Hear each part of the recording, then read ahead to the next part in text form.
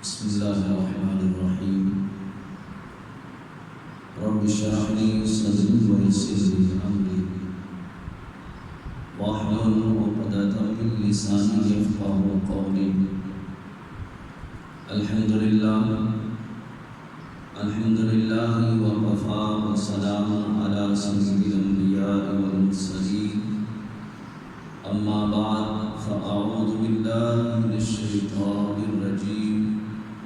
بسم الله الرحمن الرحيم. يا أيها الذين آمنوا ادخلوا في السلم كافة ولا تتبعوا خطوات الشيطان إنه لكم عدو مبين. صدق الله العظيم وصدق رسوله النبي الكريم الأمين. إن الله وملائكته يصلون على النبي يا أيها الذين آمنوا صلوا عليه وسلموا تسليما. درود پاک آواز بلند پڑھیں. الصلاۃ والسلام علیک یا سیدی یا رسول اللہ وعلی آلک واصحابک یا سیدی یا حبیب اللہ. الصلاۃ والسلام علیک یا سیدی یا نبی اللہ وعلی آلک واصحابک یا سیدی یا نور اللہ. مولاي صل وسلم دائما ابدا على حبيبك خير الخلق كلهم. هو الحبيب الذي ترجى شفاعته لكل هول من الاحوال مقتحم. يا اكرم الخلق ما لمن ارجو به سواك عند حلول الحادث الامامي. رب صل وسلم دائما ابدا على حبيبك خير الخلق كلهم. خالق کائنات جل جلالہ وعمر والہ وعظم برہانہ واعظم شانہ کی حمد و ثنا اور اس کے پیارے حبیب حضور پر نور شافی یوم النشور دستگیر جہاں قلب ساز زمان سید سرورہ حامی بے قصاص قائد المرسلین شفیع المسلمین رحمت للعالمین جناب احمد مجتبی حضرت محمد مصطفیٰ صلی اللہ تعالی علیہ وسلم کی بارگاہ میں ہدیہ درود و سلام عرض کرنے کے بعد خالق کائنات جل شانہ کا بے حد فضل عظیم ہے کہ آج اللہ کی توفیق سے ماہ رمضان مبارک کے بعد شوال مکرم کا پہلا جمعہ مبارک ادا کرنے کے لیے ہم سب دوست حاضر ہیں. دعا ہے خالق کائنات جل شانہ میری اور آپ سب کی اس حاضری کو اپنی بارگاہ میں قبول و منظور فرمائے اور خصوصاً خالق کائنات جل شانہ مجھے حسن بیان کرنے کی اور ہم سب کو سن کر اس پر عمل کرنے کی بھی اللہ توفیق عطا فرمائے. حضرات محترم، ماہ رمضان مبارک کا مقدس اور بابرکتوں والا مہینہ مسلسل ہو چکا ہے اور آج رمضان کے بعد پہلا جمعہ ادا کرنے کے لیے حاضر ہیں. شوال مکرم میں اللہ تعالیٰ جل شانہ کے پیارے حبیب علیہ السلام نے اس میں بھی روزوں کے کچھ فضائل کو بیان فرمایا کہ حضور علیہ السلام فرماتے ہیں کہ ماہ رمضان کے روزے مکمل رکھتا ہے ثواب کی نیت سے اور اس کے بعد شوال مکرم کے صرف 6 روزے رکھ لیتا ہے. تو گویا کہ وہ اس طرح ہے جیسے اس نے پورا سال روزے رکھے.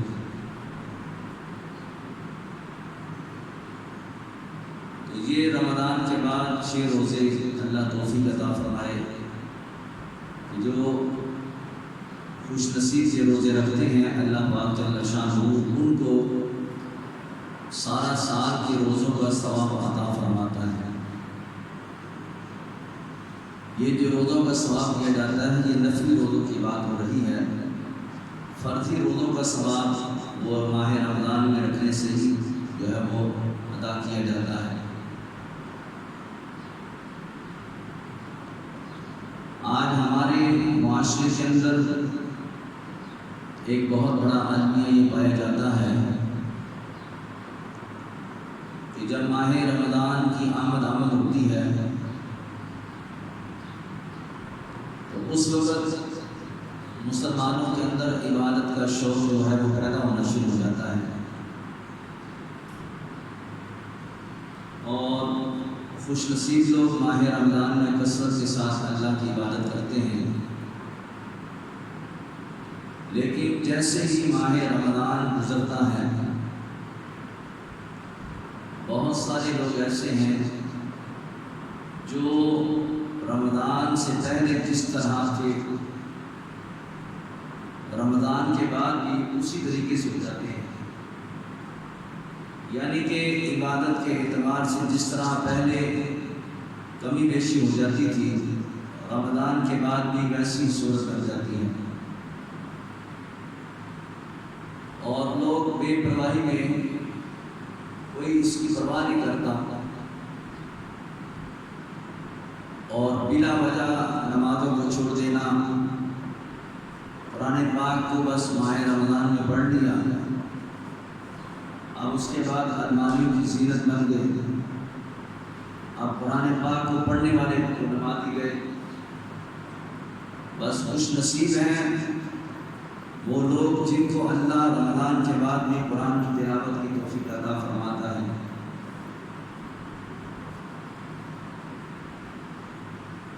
آج معاشرے کے اندر لوگوں نے دین کو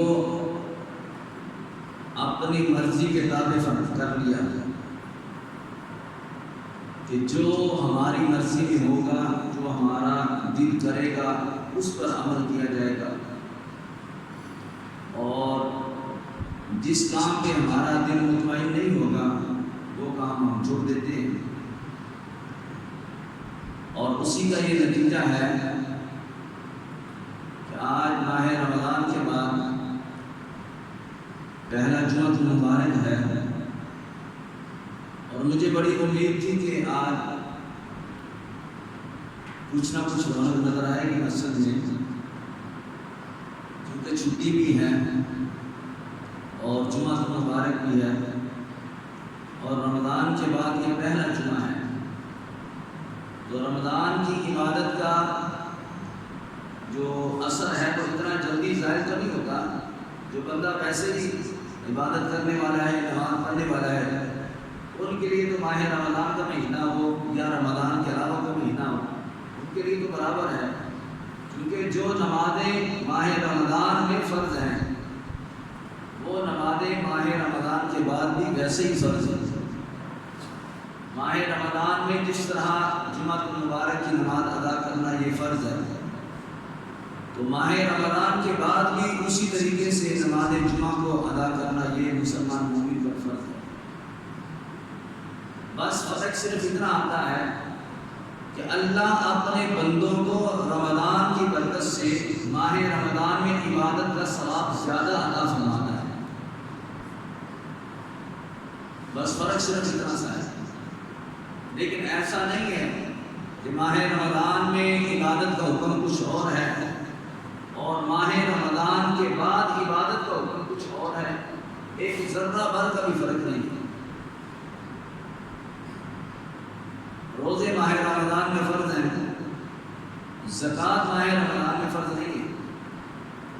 زکوٰۃ کا نصاب جس کا جب بنتا ہے وہ اس کو اس وقت ادا کرنا ہے۔ بہرحال لوگوں نے آج اس دین اسلام کو اپنی منمانی کا نام دے دیا، جس کی وجہ سے آج ہماری مساجد جو ہیں یہ نمازوں سے خالی ہیں۔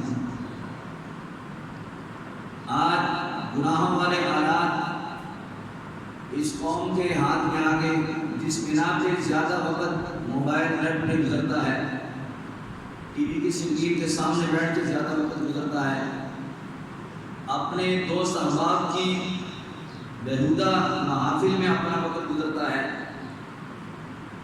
یا اپنے فیملی ممبران میں بغیر کسی وجہ سے وقت کو ضائع کیا جاتا ہے، اور اس بات کی فکر نہیں کی جاتی کہ ہم مسلمان ہیں، ہمارے رب نے جو عبادت ہمارے اوپر فرض کی ہے اس کا وقت گزر رہا ہے، اور ہم اس عبادت کے لیے جلدی کریں۔ اس بات کی فکر اس لیے نہیں ہے کہ ہم نے اپنی مرضی سے اپنے دین کو اپنی مرضی کے تابع کر لیا، اور قرآن کریم فرقان حمید میں اللہ تعالیٰ جل شانہ فرماتا ہے أَفَرَأَيْتَ مَنِ اتَّخَذَ إِلَٰهَهُ هَوَاهُ۔ اللہ فرماتا ہے ہلاکت ہے ان لوگوں کے لیے جنہوں نے اپنے من کو، اپنی مرضی کو ہی اپنا معبود بنا لیا۔ اپنی مرضی سے دین کے عمل کرنا ہے، دل کرے گا تو نماز پڑھیں گے، نہیں دل کرے گا تو نہیں پڑھیں گے، یعنی کہ اپنی چاہت کے مطابق ہم عمل کریں گے۔ تو جنہوں نے چاہت کے مطابق دین کے عمل کیا وہ رسوا ہو گئے، ایسے بندوں کے لیے ہلاکت ہے۔ اور جنہوں نے اپنی چاہت کو نہ دیکھا بلکہ اپنے رب کی چاہت کو دیکھا، وہ بندے دنیا اور آخرت میں کامیاب ہوئے۔ اور اللہ جل شانہ سورہ بقرہ میں اسی طرح ارشاد فرماتا ہے، فرمایا یا ایھا الذین آمنوا، اے وہ لوگوں جو میرے محبوب علیہ السلام کا کلمہ پڑھتے ہو، اے ایمان والو، ادخلوا فی السلم کافہ، فرمایا کہ اس اسلام میں پورے داخل ہو جاؤ، یعنی کہ کلمہ رسول اللہ کا پڑھ لیا، مسلمان ہو گئے، اب تمہاری اپنی ذاتی مرضی نہیں چل سکتی ہے۔ فرمایا جو ہم نے تمہیں دین اسلام عطا فرمایا ہے، اب اس دین کے مطابق زندگی گزارنا یہ تمہارے پر لازم ہو چکا ہے۔ اللہ فرماتا ہے وَلَا تَتَّبِعُوا خُطُوَاتِ الشَّيْطَانِ، شیطان کے پیروکار نہ ہو جانا، شیطان کے نقشے قدم پہ نہ چلنا۔ فرمایا اِنَّهُ لَكُمْ عَدُوٌّ مُّبِينٌ، یہ جو شیطان ہے یہ تو تمہارا کھلا دشمن ہے، یعنی کہ دین اسلام سے ہٹ کے جتنے بھی راستے ہیں وہ سارے شیطانی راستے ہیں جو بندے کو دین سے دور کرتے ہیں۔ اور اسی طرف اللہ ارشاد فرماتا ہے جنہوں نے کلمہ پڑھ لیا ہے اب اس کے لیے یہ پابندی ہے کہ اب وہ دین اسلام کو اس طریقے سے مانیں اور اس طریقے سے عمل کریں جس طرح ان کا رب چاہتا ہے، جس طرح اس کے محبوب چاہتے ہیں۔ اور ساتھ ہی یہ بھی حکم ارشاد فرما دیا کہ اس دین کے علاوہ جو راستے ہیں وہ شیطانی راستے ہیں، اور شیطان تمہیں اس راستے سے بھٹکانے کی پوری کوشش کرے گا، اور تم نے شیطان کی پیروی نہیں کرنی ہے۔ اس لیے شیطان کی پیروی نہیں کرنی، چونکہ فرمایا اِنَّهُ لَكُمْ عَدُوٌّ مُّبِينٌ، یہ تمہارا کھلا دشمن ہے۔ گویا کہ دین اسلام میں داخل ہونے کے بعد جو دین کے تقاضے ہیں، جو دین کے احکامات ہیں، جو دین کی طرف سے ہمارے اوپر عبادت لاگو کی گئی ہے، اس پر عمل کرنا یہ ہر بندہ مومن پر لازم ہے۔ اس کے بغیر ہماری نجات نہیں ہے، اس کے بغیر ہماری کامیابی نہیں ہے۔ اور جنہوں نے دین اسلام پر عمل کیا اللہ نے ان کو دنیا اور آخرت کے اندر کامیابی عطا فرمائی۔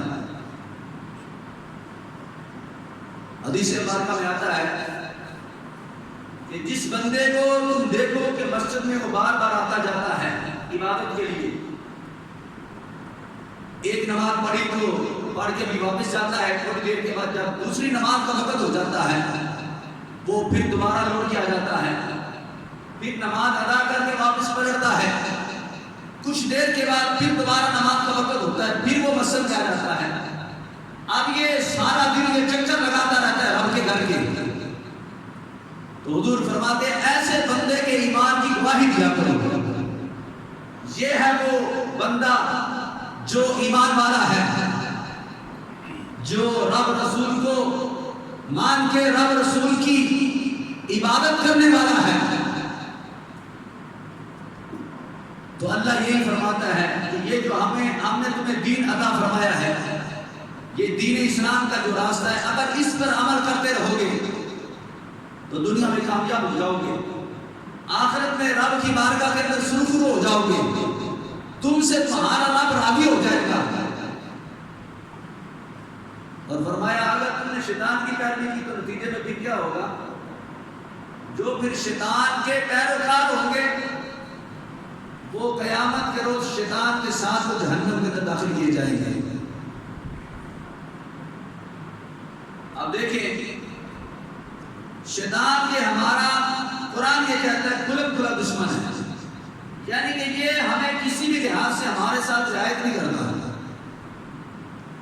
کیونکہ اس نے رب تعالیٰ جل شانہ سے ایک وعدہ کیا ہے، جب اس مظلوم کو جنت سے نکالا گیا تو اس نے رب تعالیٰ جل شانہ کی بارگاہ میں ایک وعدہ لیا، یا اللہ مجھے قیامت تک کے لیے مہلت دے۔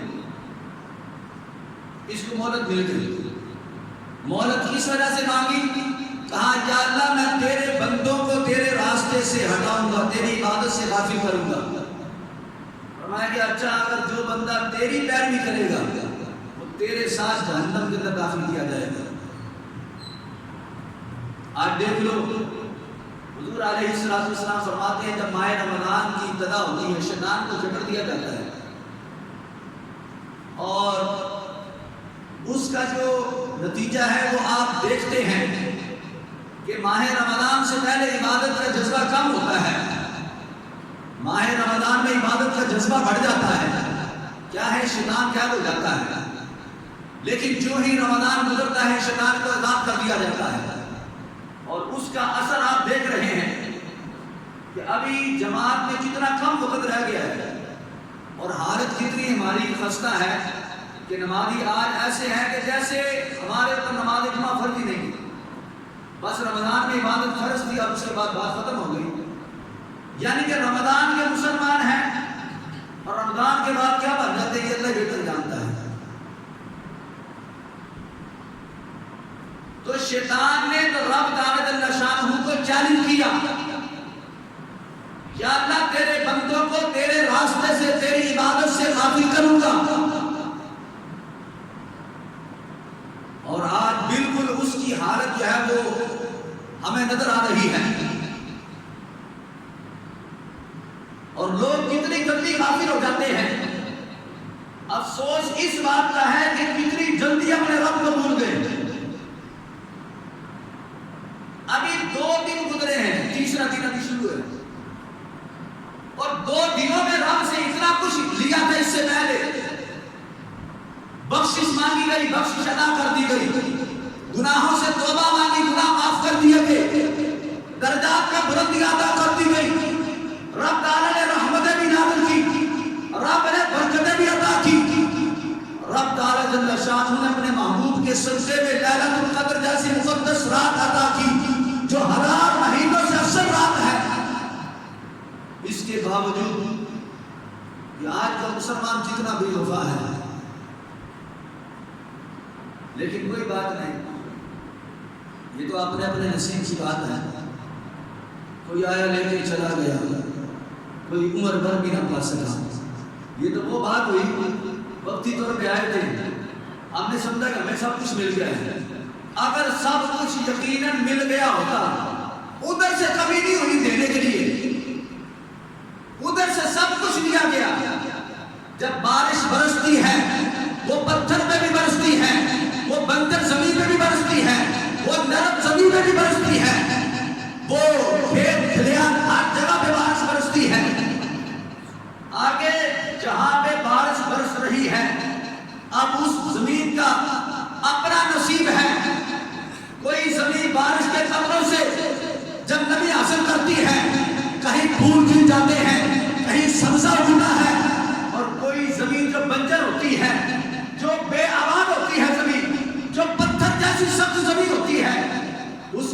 جتنا مرضی پانی برس جائے، جتنی مرضی بارش برس جائے، وہ بارش، وہ زمین جو ہوتی ہے وہ بھی یہی خوشی مناتی ہے کہ جناب جس طرح وہ نرم زمین میں وہ بارش برسی تو وہاں سے سبزہ نکلا، وہاں سے پھول کھلے، وہاں سے بہاریں آئیں، وہاں سے خوشبوئیں آئیں، وہاں سے لذتیں آئیں، سب کچھ وہاں سے نکلتا ہے، سب کچھ اللہ تعالیٰ اس زمین کو عطا فرماتا ہے۔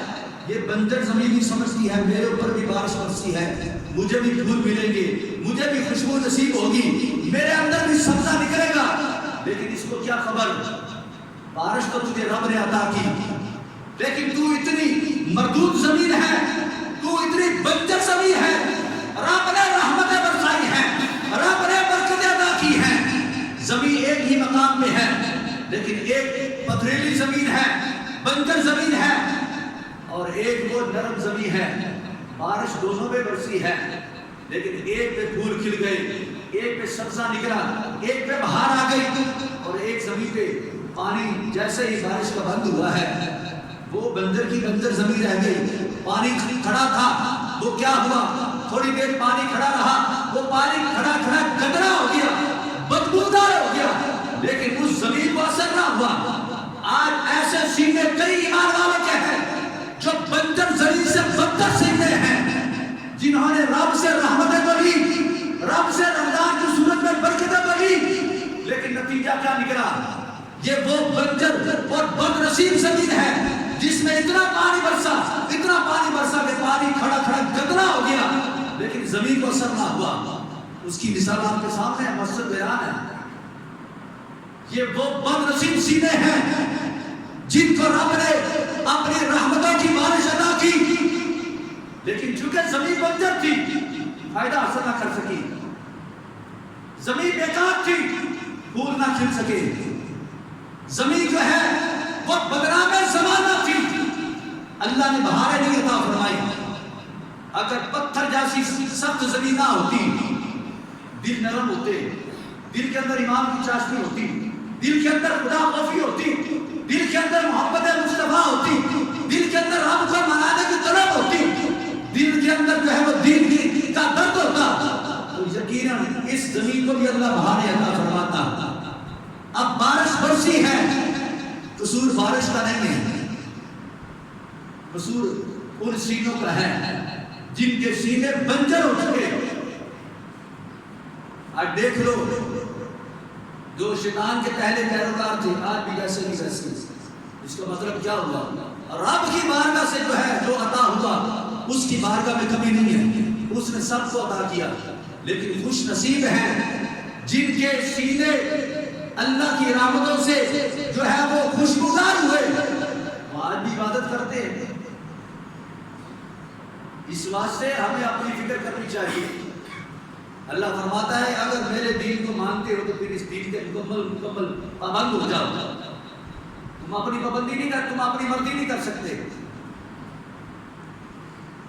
آج جو لوگ ماہ رمضان کے بعد نمازوں سے غافل ہو گئے، وہ مت خیال کرے کہ جناب ہم نے تو رمضان حاصل کر لیا تو بہت کچھ ہمیں ملا، رب نے یقیناً بہت کچھ دیا، اتنا دیا کہ ہماری جولی تنگ ہے، ہمیں وہ ہماری جولی کے اندر وہ اتنی رحمتیں برکتیں نہ آ سکی جتنی رب نے دی ہیں، لیکن جنہوں نے حاصل کر چلو کچھ نہ کچھ جتنا حصہ حاصل کیا اس کی مثال آپ کے سامنے نظر آ رہی ہے۔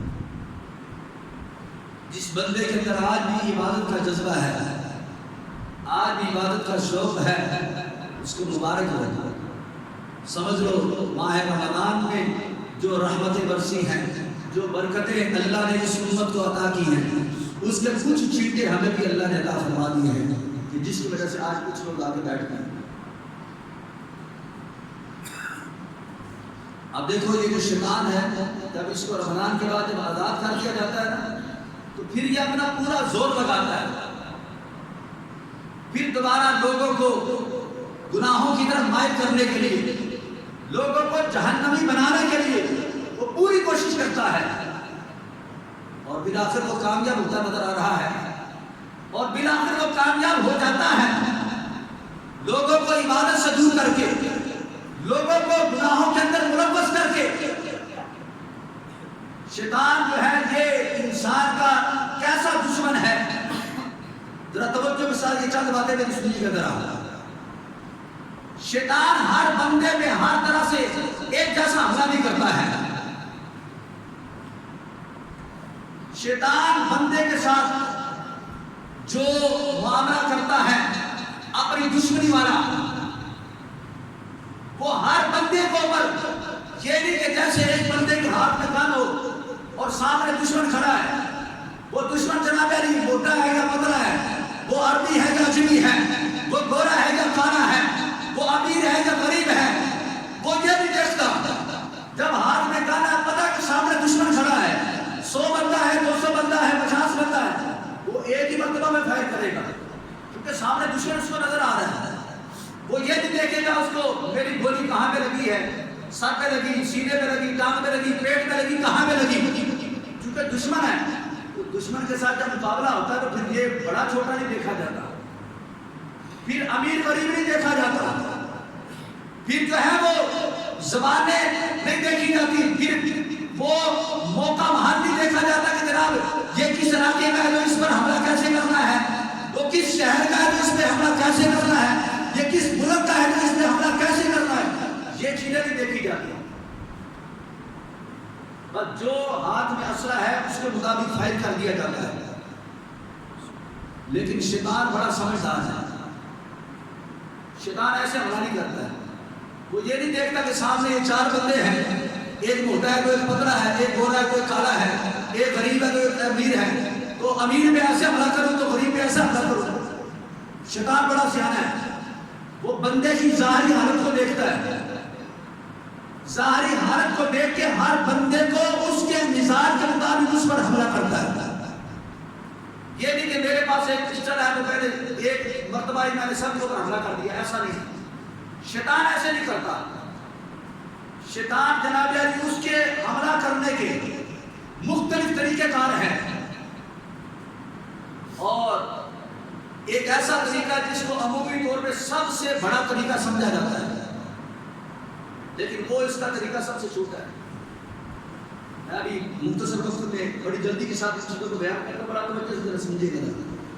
ہمارے معاشرے کے اندر سب سے بڑا شیطانی حملہ کس کو سمجھا جاتا ہے کہ ایک بندہ گناہ کرتا ہے، چاہے وہ چوری کی صورت میں ہو، چاہے بد کلامی کی صورت میں ہو، چاہے بدکاری کی صورت میں ہو، چاہے زناکاری کی صورت میں ہو، چاہے ظلم کی صورت میں ہو. ہم کہتے ہیں یہ بندہ بہت بڑا مجرم ہے، اس نے چوری کی ہے. ہم کہتے ہیں یہ بندہ بہت بڑا مجرم ہے، اس نے زناکاری کی ہے، اس نے کسی عورت کی عزت میں ہاتھ ڈالا ہے. ہم سمجھتے ہیں یہ بندہ بہت بڑا مجرم ہے، لیکن شیطان کی نظر میں یہ سب سے چھوٹا مجرم ہے. کیوں؟ ایک بندہ گناہ کرتا ہے، وہ نظر آ گیا جس بندہ نے جرم کیا، تو جو دوسرا بندہ جو سمجھدار ہے وہ بندہ اس کو سمجھانا چاہے تو سمجھا بھی سکتا ہے. ایک بندے نے چوری کی، پکڑا گیا، گھر والوں نے اس کو سمجھایا بیٹا ایسا سے ایسا کام نہیں کرنا، یہ چوری کرنا گناہ ہے. دوستوں نے سمجھایا، کسی بڑے بزرگ نے سمجھا دیا، تو اس کے بھیجے میں بات آ گئی کہ ہاں یار یہ کام غلط ہے، یہ چوری والا کام ہے، چونکہ یہ اس کا گناہ وہ تھا جو ظاہر نظر آ گیا. ایک بندے نے بدکاری کی، پکڑا گیا، جرم ثابت ہو گیا، تھانے میں چلا گیا، کچھ مار وہاں سے پڑی، کچھ گھر والوں سے ڈانٹ پڑی، کچھ ذلیل ہوا. کسی سمجھدار نے سمجھایا بیٹا یہ کام غلط ہے، یہ کام نہ کرو. کسی نے بد نگاہی کی، کسی کے ساتھ غلط حرکت کر دی، سمجھدار بندے نے سمجھا دیا، بات سمجھ میں آ گئی. پھر بندہ بعد مرتبہ رب کی بارگاہ کے اندر جو ہے وہ اللہ کی بارگاہ میں توبہ کر لیتا ہے. تو یعنی کہ یہ جو ظاہری گناہ ہیں، جو ہمیں بڑے بڑے جرم نظر آتے ہیں، شیطان کی نظر میں ایک چھوٹے جرم ہیں. اس لیے کہ جب بندہ ان جرموں سے توبہ کر لیتا ہے، اللہ فرماتا ہے الا من تاب وآمن وعمل عملا صالحا فاولئک یبدل اللہ سیئاتہم حسنات.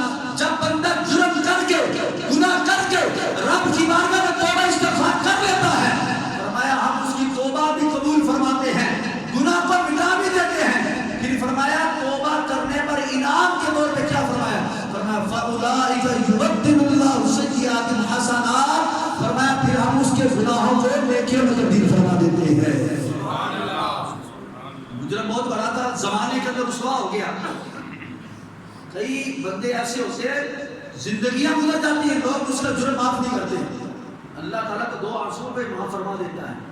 نتیجہ کیا نکلتا ہے؟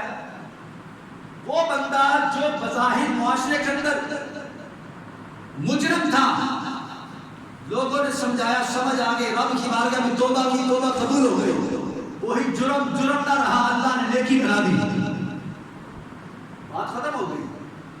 اب شیطان کا یہ عمل ضائع ہو گیا، اب وہ دوسرا حملہ کرتا ہے. تو جو ذرا پہلا حملہ گناہ کی صورت میں تھا، اب دوسرا حملہ کیا ہے؟ اب وہ بندہ جو ہوتا ہے، اس بندے کو شیطان جو ہے وہ اس کو عبادت کے اندر اس کا دل نہیں لگنے دیتا. مثلا میں آتا ہے، وقتی طور پہ آیا، وہ نماز پڑھی بات جلدی کے ساتھ گزر گیا، آیا اینڈ میں، اور آتے ہی بس 2 رکعتیں پڑھی، جیسے جمعے والے دن ہوتا ہے. جنہوں نے جلدی جانا ہوتا ہے وہ بیچارے آتے ہی بعد میں، چونکہ جلدی جو جانا ہوتا ہے وہ اسی ٹائم واپس نکل جاتے ہیں، تو ان کا دل جو ہے وہ عبادت میں لگتا نہیں ہے. پھر ان کو سمجھایا جائے بار بار، وہ سمجھتے نہیں ہیں. مطلب کہ جو ظاہری گناہ ہے اس کی بات نہیں ہو رہی، اب عبادت کی بات ہو رہی ہے. اب شیطان کا اس سے بڑا اب حملہ ہوتا ہے. وہ کیا ہے؟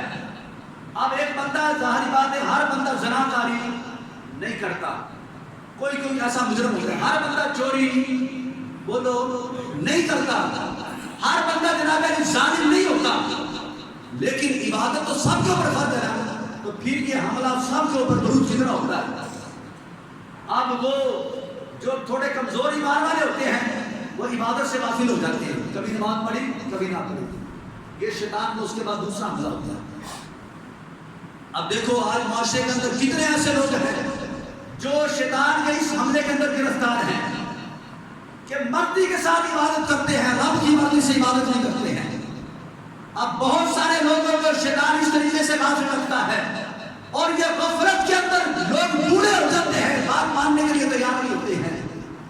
اگر یقین نہ آئے تو دیکھو پلاٹوں میں بیٹھے وہ بزرگ لوگ جن کی داڑھیاں سفید ہو گئی، تاش کھیلتے ہوئے نہیں تھکتے ہیں، وہ نوجوان طبقہ وہ بد کلامی کرتے ہوئے نہیں تھکتا ہے. لیکن اگر عبادت کا کہہ دیا جائے، عبادت کے نام سے ان کو غصہ آ جاتا ہے، تو کیا ہے کہ شیطان ان کو عبادت سے غافل کر دیتا ہے. یہ دوسرا حملہ ہے. پھر اس سے طرح آگے چلے جا، میں بات جلدی کے ساتھ سمیٹ رہا ہوں. اس سے جو اگلا اس کا حملہ ہوتا ہے، جو اس سے اگلا وار ہوتا ہے، وہ کیا ہے؟ اور میں وہ اس سے بھی بڑا حملہ کرتا ہے. وہ کیا ہے؟ اب وہ عبادت سے نہیں روکتا ہے. کیا؟ عبادت سے نہیں روکتا ہے، عبادت کرو. وہ 5 کی 6 پڑھائے گا نماز تمہیں، وہ اشراق و چاس کے نوافل بھی پڑھوائے گا، وہ مغرب کے بعد بھی عوامین کے نوافل بھی پڑھائے گا، وہ تہجد کا جذبہ بھی دلائے گا، یاد میں رات کو اٹھ کے تہجد بھی پڑھو. وہ ماں باپ کے ساتھ حسن سلوک بھی کروائے گا، سب کام کروائے گا، صدقہ خیرات بھی کروائے گا، قرآن کی کثرت سے تلاوت بھی کروائے گا، درود و سلام بھی پڑھوائے گا. مجھے بتاؤ تو پیچھے چیز رہ گئی کیوں جی؟ اور بھائی نمازیں بھی سب سے زیادہ مسجد کے امام سے زیادہ نمازیں وہ پڑھے، مسجد کے امام سے زیادہ قرآن وہ بندہ پڑھے، صدقہ خیرات امیر سے زیادہ وہ کرے، جتنا وقت ملے وہ اللہ کی عبادت میں گزار دے. لیکن اس کے باوجود وہ بندے کا عقیدہ خراب کر دیتا ہے. عبادت ہے، عقیدہ باطل ہو گیا. نماز ہے، روزہ ہے، زکات ہے، کئی سالوں سے حج پہ جا رہا ہے بندہ، لیکن کیا ہے؟ رب کے بارے میں عقیدہ باطل کر دیا، رب کے رسول کے بارے میں عقیدہ باطل کر دیا، رب کے فرشتوں کے بارے میں عقیدہ باطل کر دیا. نماز پڑھ کے بندہ کہتا ہے نبی تو میری مثل ہے، نبی تو کچھ کر نہیں سکتے، جو کرتا ہے رب کرتا ہے. رب کی بات کرنے کو کہتا ہے رب بھی تو جھوٹ بولنے میں قابل ہے. 100 طرح کے یہ اس طرح کے کفریہ عقائد اپنا کے وہ رب کو سجدے کرتا ہے. ایسے گندے اور گھنونے عقائد اپنا کے رب کے محبوب پہ درود و سلام پڑھے گا، وہ قرآن کی کثرت سے تلاوت بھی کرے گا. یعنی کہ شیطان اب عبادت بھی کروا رہا ہے، شیطان اب روزے بھی رکھوا رہا ہے، شیطان اس کو بار بار قرآن پڑھنے کی تلقین بھی کرتا ہے، شیطان اس کو رات کو خود اٹھائے گا آ کے اور بھائی اٹھ کے تہجد کے نفل پڑھ لے، سب کام کرے گا. اب یہ صوفی بن کے بیٹھ گیا ہے، یہ بہت بڑا ملا بن کے بیٹھ گیا اور بہت بڑا جناب علی عالم دین بن کے بیٹھ گیا. لیکن کیا ہے، فرمایا وہ عقیدہ باطل کر دیتا ہے. میرے محبوب علیہ السلام فرماتے ہیں، میرے محبوب علیہ السلام صحابہ کی مجلس میں ہیں، حضرت علی المرتضیٰ شیر خدا رضی اللہ تعالیٰ نے کچھ تحفہ بھیجا. حضور علیہ السلام کی بارگاہ میں آپ وہ تحفہ آپ تقسیم کر رہے ہیں صحابہ میں.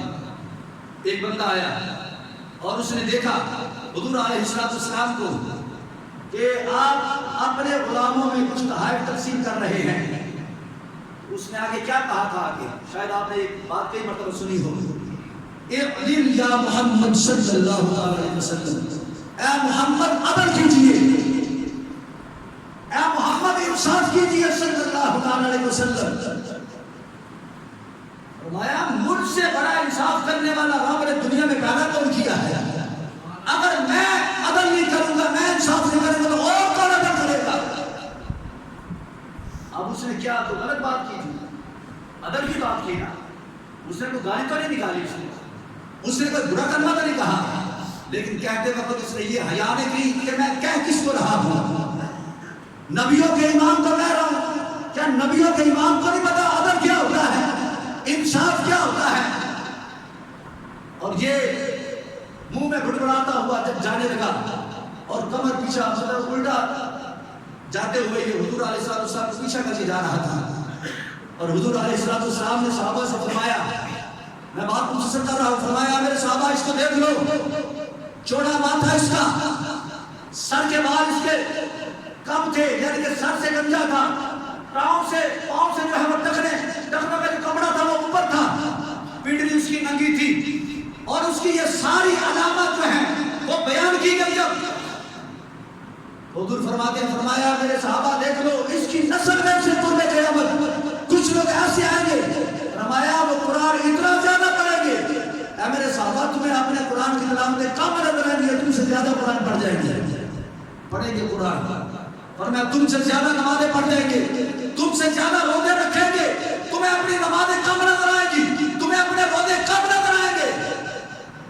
یہ وہ بد نصیب ہوں گے جو نمازیں پڑھیں گے لیکن جن کے عقائد کفریہ ہوں گے، جو نبی علیہ السلام پر بھی اعتراض کریں گے، نبی کے رب پر بھی اعتراض کریں گے اور اپنے آپ کو مومن سمجھیں گے. یہ شیطان کا یہ تیسرا بڑا حملہ ہے. نمازیں ہیں لیکن عقیدہ باطل کر دیا. یہ اللہ کا شکر ادا کرو کہ اللہ نے ہمیں عقیدہ اہل سنت عطا فرمایا ہے. اور چوتھے نمبر پہ آخری بات جو شیطان کی ہے، جو شیطان کا جو سب سے بڑا حملہ ہے، اس سے بچنا آج کے دور کے اندر کیا مقتدی، کیا امام، کیا وقت کا عالم دین، کیا مفتی اعظم، کیا بڑے سے بڑا جناب علی اپنے آپ کو ولی سمجھنے والا، اس حملے سے بچنا ہر بندے کے لیے مشکل کیا ناممکن ہوتا جا رہا ہے اس پرفتن دور کے اندر. اب وہ حملہ کیا ہے؟ توجہ کے ساتھ، وہ حملہ یہ نہیں کہ آپ وہ عبادت کے اندر کمی کروائے گا، نہیں، عبادت کرواتا ہے شیطان، کہتا ٹھیک ہے عبادت کرتے جو مجھے کیا فرق پڑتا ہے. وہ عبادت بھی ہو رہی ہے، قرآن کی تلاوت بھی ہو رہی ہے، نماز، روزہ، زکات، تمام نیک اعمال ہو رہے ہیں، لیکن کیا ہے، یعنی کہ عقیدہ بھی اس بندے کا باطل نہیں ہے، عقیدہ بھی اس کا ٹھیک ہے. پہلے تھا کہ اس بندے کا عقیدہ باطل کر دیا، نہیں، اب جن کا عقیدہ ٹھیک ہے، عقیدہ باطل والے وہ گزر گئے، بے عملی والے گزر گئے، گناہگار لوگ گزر گئے. اب یہ چوتھے نمبر پہ جو حملہ اس نے کیا، یہ سب سے بڑا ایٹمی پاور سے بھی بڑا اس کا حملہ ہے. وہ کیا ہے؟ اب وہ ہر بندے کو بڑا ایسی سپرے کرتا ہے. وہ کون سی سپرے ہے؟ وہ سپرے ہے ریاکاری والی، وہ سپرے ہے دکھلاوے والی، وہ سپرے ہے اپنا نام روشن کرنے والی. ایک حج کیا، ساری زندگی حاجی صاحب بن گئے، دن میں 5 نمازیں پڑھی، کسی نے یہ نہیں کہا کہ جناب نمازی فلاں بن فلاں، نمازی فلاں بن فلاں. ایک حج کیا تو اپنے نام کے ساتھ ساری زندگی حاجی لگا لیا. ہاں جی، مطلب یہ کہ نام روشن ہونا چاہیے میرا. نمازیں 4 پڑھ لی، پورے خاندان کو بتا دیا جناب میں نے رمضان میں اتنی نمازیں پڑھی. کسی نے اللہ کی توفیق سے تب وہ اعتکاف کر لیا تو پورے خاندان میں جناب میرے اسٹیٹس لگے، پورے جناب دوست احباب میں تصویریں اتار کے ہر کسی کو بتائی جا رہی ہے کہ میں نے یہ کام کر لیا، میں نے یہ کام کر لیا. میں یہ نہیں کہتا کہ ہر بندے کی نیت باطل ہے اس عمل سے پیچھے، میں یہ نہیں کہتا، لیکن بچنا بڑا مشکل ہے، بچنا بڑا مشکل ہو گیا. آج جس نے ماہ رمضان کے سارے روزے رکھ لیے وہ اپنے آپ کو اعلیٰ سمجھتا ہے، اور جس نے روزے کم رکھے اس کو کم تک جانا جاتا ہے. تو یہ اپنے آپ کو اعلیٰ سمجھنا، یہی تو ریاکاری ہے، یہی تو دکھلاوا ہے. اور شیطان کا یہ حملہ اتنا سخت ہے کہ اس سے بڑے بڑے نمازی لوگ بھی نہ بچ سکے. اس واسطے ہمیں ان چیزوں کے بارے میں تھوڑی ہمیں سمجھ بوجھ ہونی چاہیے. اگر نماز پڑھی ہے تو رب کے لیے پڑھی ہے، بندوں کے لیے نہیں پڑھی ہے. روزے رکھے تو رب کے لیے رکھے، بندوں کے لیے نہیں رکھے. ہم نے قرآن پڑھا تو رب کے لیے پڑھا، بندوں کے لیے نہیں پڑھا. کسی نے زکات ادا کی، فطرہ ادا کیا، صدقہ خیرات کیا تو یہ رب کے لیے کیا، بندوں کے لیے نہ کیا. جب رب کے لیے عبادت کی تو رب کو تو پتہ ہے. تو پھر اس چیز کا بار بار باتوں باتوں میں اظہار کرنا، کبھی خاندان کے 4 دوست بیٹھے ہیں ان کے سامنے اظہار کرنا. ہاں، ماں باپ اپنی اولاد کا اظہار کرے خوش دلی کے لیے، ان کو جناب یعنی وہ اعزاز کے لیے لوگوں کے سامنے ظاہر کیا، وہ ایک علیحدہ بات ہے. لیکن ایک بندہ اپنے منہ سے کہتا ہے، جیسے کہ منہ سے وہ کیا کہتے ہیں میاں مٹھو ہونا ہے، اپنے منہ سے خود ہی اپنی زندگی کو اظہار کرنا. اور بھائی اسی کو ریاکاری کہا جاتا ہے. جس نے نمازیں پڑھی، جس نے سجدے کیے، جس نے قرآن پڑھا، جس نے صدقات خیرات کیا، وہ تمام نے جو بھی عمل کیا ہے رب کے لیے کیا ہے. جس کی نیت کے اندر ذرا سا بھی یہ فطور آ گیا، بس نیت اس کی ذرا سی دکھلاوے والی ہوئی، تمام رات کی عبادت ضائع ہو گئی، تراویحیں ضائع ہو گئی، روزے ضائع ہو گئے، نمازیں ضائع ہو گئی. تمام عبادت ضائع ہو جاتی ہے جہاں پہ بندے کی نیت کے اندر فطور آ جاتا ہے، نیت بدل جاتی ہے. اس لیے جو بھی عمل کرے نیت خالص رب کی رضا والی ہونی چاہیے. جو ظاہری گناہ کرے اس کو اس گناہ سے بھی بچنا چاہیے، توبہ کرنی چاہیے. اس کے بعد بھی اپنے آپ کو نہ دل چاہے پھر بھی رب کی بارگاہ میں کھینچ کے دیکھے آئیں کہ ہم رب کے بندے ہیں، رب نے ہمیں اپنی عبادت کے لیے پیدا کیا ہے. پھر عبادت کر لے تو پھر اس کے اوپر قائم و دائم ہو جائے، پھر دکھلاوے سے بچے، پھر اپنی نیت کو خالص کر لے. یا اللہ میں تیرا بندہ ہوں، تیری رضا کے لیے عبادت کرتا ہوں، تو پھر اپنی نیت کو خالص کر کے نماز ادا کیا کرے. انشاءاللہ تعالی امید ہے شیطان نے یہ جو 4 حملے میں نے آپ کے سامنے بیان کیے، جب یہ شیطان ان حملوں سے جب وہ بیکار ہو جائے گا، اس کے حملے جب ضائع ہو جائیں گے تو پھر انشاءاللہ تعالی ہم اپنے رب کی بارگاہ کے اندر سرخرو ہو جائیں گے. آج جو لوگ عبادت نہیں کرتے، رمضان کے بعد جو عبادت سے غافل ہو گئے ہیں، وہ یقیناً شیطان کے کسی نہ کسی حملے کے اندر گرفتار ہو گئے ہیں. اللہ کی بارگاہ میں دعا کیا کریں. میں کئی مرتبہ یہ کہہ چکا ہوں، جب دعا کریں گے تو انشاءاللہ تعالی امید ہے اللہ اس دعا کی برکت سے اللہ تعالی ہمیں شیطان سے محفوظ کر کے اپنی خالص عبادت سے اللہ توفیق عطا فرمائے گا. اللہ جل شانہ مجھے اور آپ سب کو سمجھ توفیق عطا فرمائے. آمین بجاہ نبی صلی اللہ علیہ وسلم.